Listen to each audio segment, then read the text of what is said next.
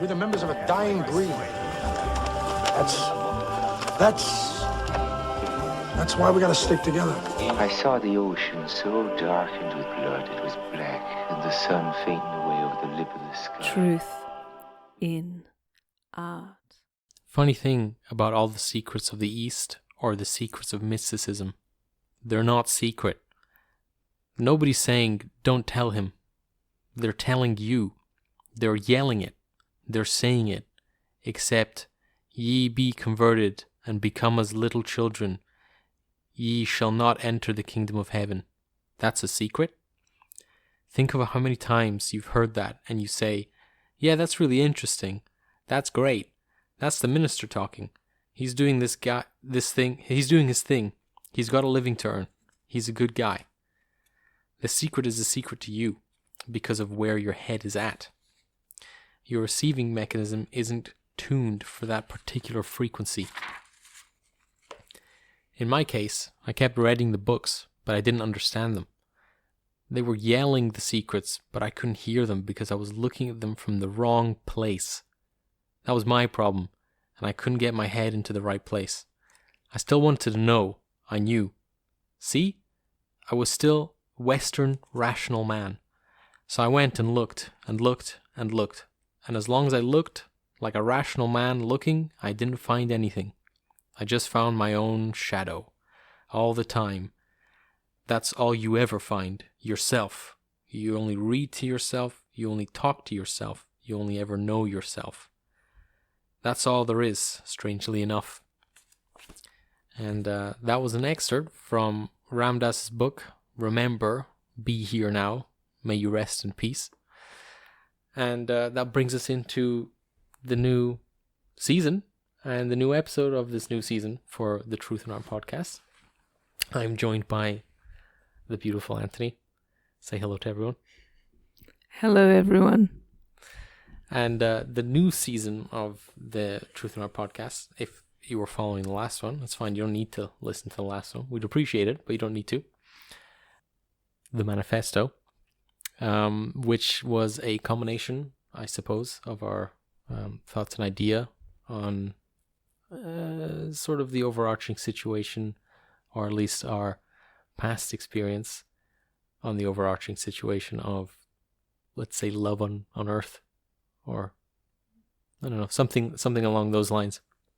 And if you just read the titles, you'll see from the first episode, and I think it's 10 episodes, from the first episode to the last, you can read it out and it will be the complete manifesto. And this season we've had some time to think also, because there was a big gap actually between the second last and last episode, because we had moved country, and we sort of took a small break and had some time to sort of reconvene and recollect our thoughts, which brings us to today's episode, which is titled, How Do I Know What I Know? And just briefly, the reason we've titled it this is because I think, well, maybe we can both agree to this, that we're trying to start from scratch within ourselves. And by that I mean is sort of ridding yourself completely of anything that you could possibly know or think you know. And that's going to be the sort of meat of the episode. And the reason for that as well is we believe that there's a sort of, let's say, a journey, if you put it that way, a journey of, you can say self-exploration. Maybe it's a bit overused, but there's a reason it's overused. It's a good way of explaining spirituality within oneself. And to start, or at least what we think is, to start on a fresh outlook on life or on anything is first you got to sort of burn everything previous. Do you have anything to add to that, Anthony, or any thoughts? Well, I think the quote you read of Ram Dass was absolutely spot on. Yeah. That we're constantly searching and dissecting and analyzing and learning and appropriating information. And in the end, we can only understand it individually, firstly. And secondly, everything you try to take in is building on a foundation of supposed facts and ideas about the world that weren't yours to begin with. And I know we've been talking quite a lot about that everything I think I know, not everything, most of the things I think I know are just stuff that's been stuffed into my head from very young, and general assumptions about how the world is, how it is to be a human being in the world. The scientific rationalism or material rationalism, where everything's reduced to tinier and tinier bits. It's really, to start from scratch means to burn all that, and to be left only with those things that you have an inner knowing. It's not a belief, it's not a faith. These are things I experienced directly, and this was my experience. And even though obviously if there were other people involved, their experience gives them a completely different understanding of that situation or happening or whatever, the only thing you have is yourself. Yeah. The only thing and the only point of view you've got is your own. And reading books of other people is helpful in getting different points of view, but that's all it is. Yeah. Yeah, exactly. On that last point, it's not helpful in actually knowing anything. Yep. And different points of view is actually a really good way of putting it. Yep. But we actually had a discussion about titling this episode, and I think a couple of days ago I suggested calling it "I Know What I Know," and I think we've come to an agreement that this is a better title. How do I know what I know? The reason I said, or I think, or not even I think, you start on the basis of anything of I know what I know, and I don't know what I don't know. And when you're referring to experience being the only indicator of what you know. And I remember talking to you about this specifically this is similar to the idea of that painting, or is it a photograph? I believe it might be a photograph or a painting. You might know anyway. This is not a pipe, or this is a pipe. Oh yeah, ce n'est pas un pipe. My French is terrible. Ce n'est pas un pipe. And I was referring this to an image, or rather, when, let's say, NASA or any sort of space agency is saying, Saturn has rings. Okay, everyone knows, and when I mean know, it's like everyone is told that Saturn has rings. Assimilated that Saturn has rings, right? So I'm holding a picture of Saturn, and I say to myself, I know this is Saturn. Truthfully, all it is a picture. So what I should be saying really is, I know this is a picture. Now, of what you don't really know, unless you experience it yourself. And that's what I was referring to is, I know what I know. On the basis of any journey you take, or any sort of exploration, whether it be of self or of any other endeavor, whether, let's say, you're a deep sea explorer. The idea is that you want to increase your perspective of your knowledge of the deep sea, but you start with knowing what you know. That most likely is nothing, because even when you're told there's anglerfish down there, you don't actually know that. What you know is that someone told you that, right? So your experience of being told that there's anglerfish down there is the only prime experience that you have to go on. Nothing else. Yeah, of course, please. Just to add to that really good point, I remember listening to an interview with the scientist who was the first one to identify that there was life in that deep part of the ocean. And he was talking about how he had been studying that, I can't remember what's called, the midnight zone or something like this, in the ocean. And he was a professor of this type of marine biology subject, but no one had ever been down there and seen anything. So it was all based on the theories that it was very cold, there was no light, there was little food, da-da-da-da, and this is what we know that life down there is. There's no life pretty much down there except for plankton and whatever. And he had an opportunity to go on in a submarine, a research submarine, very, very small, because the people who were in the research submarine were scientists who researched the seabed, because they're so specialized and it's all broken down into little categories of specialism. So even though the mission was actually just to scoop up some sand and things from one spot on the ground, he was invited to go to be able to take readings through machines, through diagnostic equipment as to temperatures and so on. There was there was at least one little kind of portal thing that they could look out, but of course it's the midnight zone, so it's pitch black. This submarine had lights on it, but they only had enough power for very limited time to switch the lights on. So he had been told that while they were going through the midnight zone, twilight zone, he wasn't allowed to have the lights on because they needed them for when they got to the bottom, because it'd be a very brief period of time, like half an hour or something. Anyway, he was so excited that when they got to his area of specialty, he switched the lights on. Before the head researcher man could tell him off, he switched the lights on and everyone was absolutely shocked to see. I think he saw an anglerfish and then he saw one of those long kind of animals that's made up of lots and lots of different animals, a siphonophore, I think it's called. But anyway, the point was they saw creatures you couldn't even imagine. There was no way you could even guess that things like this lived there. And yet he had been teaching for many, many years about life, in inverted commas, in that area. And that life was like single-celled organisms and so on. My point being that is a first-hand account in the last not even 20 years, I think, maybe 20 years, of direct experience proving something that everyone thought was a completely different idea.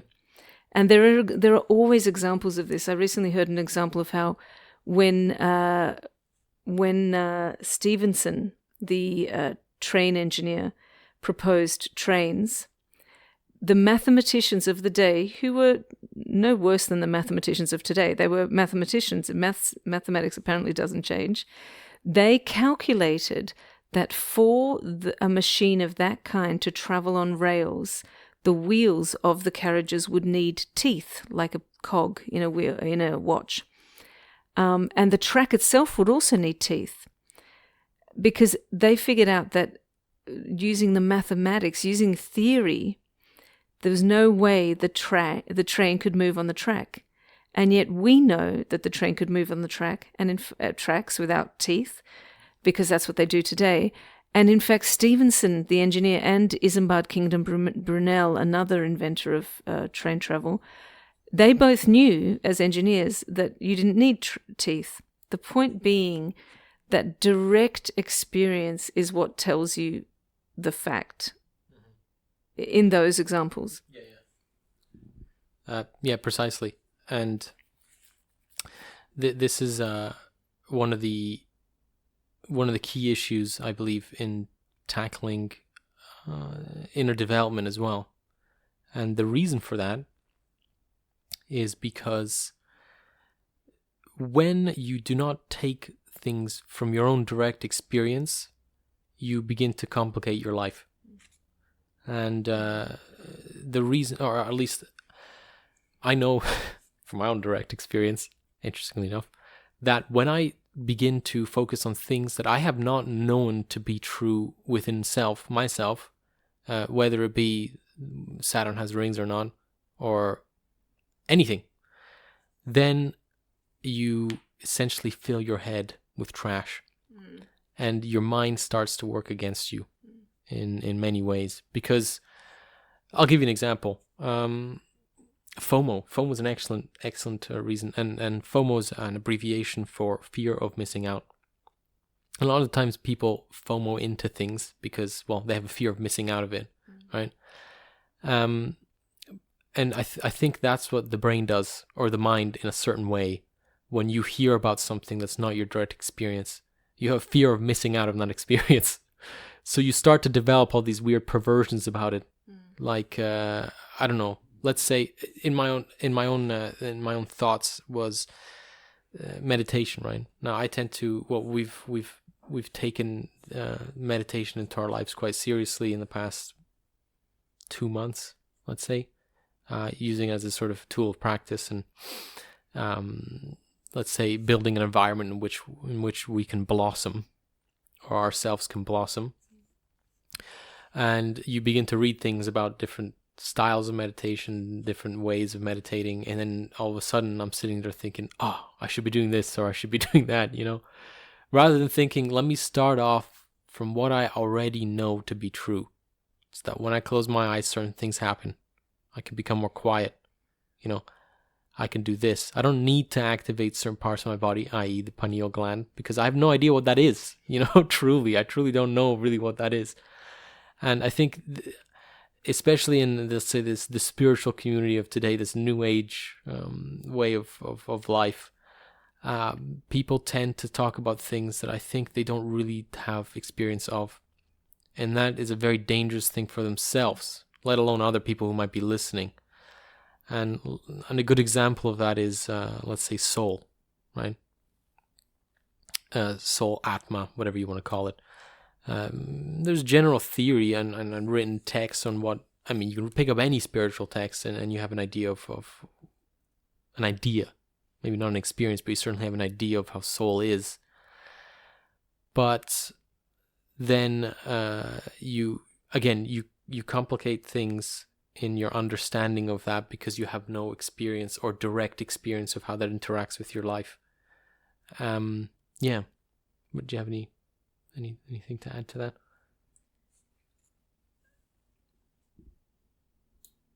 Well, the point about starting with what you know about yourself, I think, is great, because it's so easy for us to get incredible information from experts in every field and non-experts and practitioners and whatever, to the point where you're almost discouraged to start, because we're watching videos and Instagram and listening to podcasts and whatever from people who know what they're doing. And, you know, that idea that it's just showing up, just trying something for yourself in order to then develop an opinion on it. And of course, you know, that doesn't mean you have to take, you know, my favorite one, you'd have to take heroin to know that you don't want to take heroin. I mean, you know, that sort of thing is self-evident because you're not stupid. But the idea that what we think about the world, or even what we think about ourselves, is just an accumulation, you know. And one of the meditations we have done and sometimes continue to do is, I am not the mind, or I'm not the body, I'm not even the mind. And I prefer starting with, my body is an accumulation made by me. I've put all the things, the food and the drink and whatever, into my body that allows it to be the way it is today. And my mind is an accumulation of things, not just put in there by me, but also put in there through education, through, you know, advertising, through movies, through whatever. All these external things that I'm not even aware are accumulating in my mind. All these ideas about how we are and how we should be, and what morality is, and what love is, and what success, even the word success, why it's even a word that we bother using. We've talked about that recently. But, you know, all of those things have just been put inside. And So the idea of just starting off with, I'm sitting here and this is how I feel about the fact that I'm sitting here. This is how my body physically feels to me. This is how my mind is feeling, my emotions. And I'm going to let myself sit here and breathe in and out 10 times. And that's okay. And that you own that then. Maybe it doesn't make sense to anyone else. Maybe it's not some great revelation, or maybe it is. But the idea is that you own it because you decided. Nobody else told you should sit here and chant this many times. Not to say that there's not a role for teachers, right, or gurus, or any of that. There is definitely a role for teachers, and it's something I'd like to get into during this series is, how do I know what I know? And how do I know who to trust? Or how do I decide on the rightness of a thing or a person or an ideal in my life? Like, for example, when I think about teachers that I trust, they are people who have proven themselves to me over time. So they come with an idea, and these might be living or dead, it doesn't matter, but they come with an idea or suggestion or advice, and you take that. It's like making a friendship, you take that on, you try it out, and if you wake up the next morning and one of your eyebrows is gone and, your shoes are all chopped into pieces, well, maybe the friends who recommended that you take those drinks or whatever are not good friends, And the opposite is true. You wake up the next morning, you've had a great time, and there's supportive, loving people around you, then you might decide to continue a relationship with those people. And I practice that idea that, do they prove themselves to me over time? Is their advice, are their techniques, whatever, workable? Do they actually improve my life in some way? Do they increase my independence as well over time? Or do I always have to do it the way they tell me to do it? Otherwise, my life falls apart. Does that make sense? Yeah, it makes sense. The interesting thing about the teacher idea, because if you delve deep into the idea of the teacher, it's all around you. It's not a person per se. Everything is a teacher in that sense.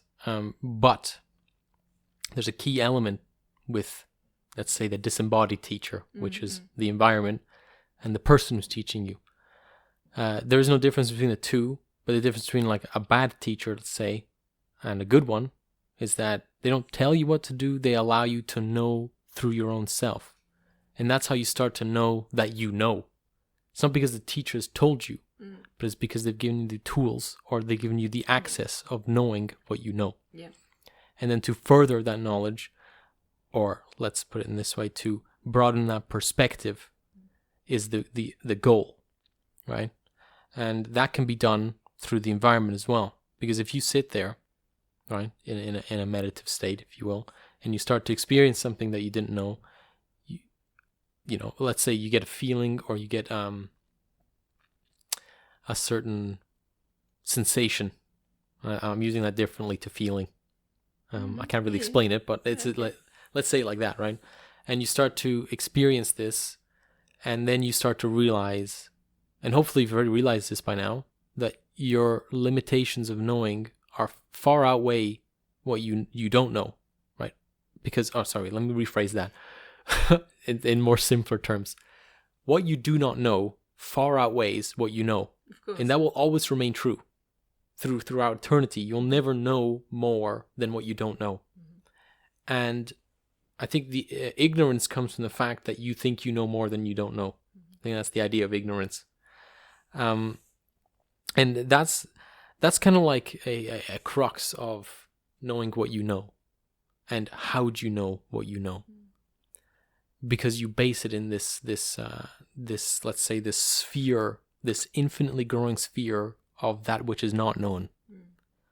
And your perspective should at least try to increase at the rate of that infinite expansion of cosmic knowing and cosmic existence and all that good stuff. God and whatnot. And God's an interesting one as well in how it plays a role in this, is because he kind of acts like a scapegoat. He acts as a scapegoat to what you don't know. You can throw that all onto him, right? I don't know this, so I'm going to leave it in the hands of God, let's say.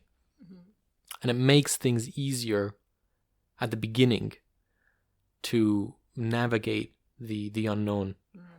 Because then you can leave those experiences to the divine, to a godly to a godly mode or existence. Because you have that, or at least you're trying to base that knowledge on what you already know. And then you start to shape that concept of how do I know what I know into something reliable. Like you can start building, or you can begin the process of development, awakening, whatever you want to call it. But I think that's kind of, it's a difficult thing as well, because you're again, as I was saying before, your mind tends to work against you, because you're holding on to that idea of like, yes, this is Saturn, it has rings, everyone knows that, but do they really know that? You know, a lot of people collectively say they know that, and that's a trap as well, because if more people say it to be true, obviously it becomes what we call fact. You know, I was having a large argument with our son as well about that a couple of weeks ago, about fact, you know, and what fact is, or at least what I was saying is that fact tends to be what the society says at a given time, right?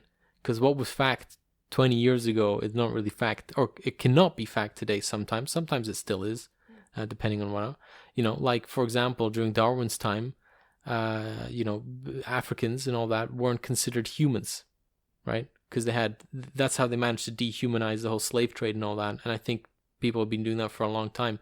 And that was given as fact. But we know that's not true, because it simply isn't. So facts evolve like that. And the fact becomes the collective idea of whatever given thing is true. And that's a dangerous place to operate from, especially given your desire to seek something greater. Because your desire to seek something greater is only impeded by that. Because you don't want to base your spiritual development or anything like that on illusions of what is real. You want to base it on what is actually real. And what is actually real can only be known by you if you begin to know what you know. And that is purely from experience. There's nothing else that can do that. Even that Ram Dass part that I was reading out, you know, he was saying, I read many books, but he never got that. The secrets are there, but not because they're written in the book, it's because it's in with you. But it's only in you if you begin from a spot of, I only know what I know, and what I don't know, I don't know. And you got to ask yourself truly, do I actually know that that Saturn has rings? Or is it a picture that I know I keep using this analogy because I used it a while ago, so I'm sticking to it. I'll change it. What if the sun's hollow? Right? That's the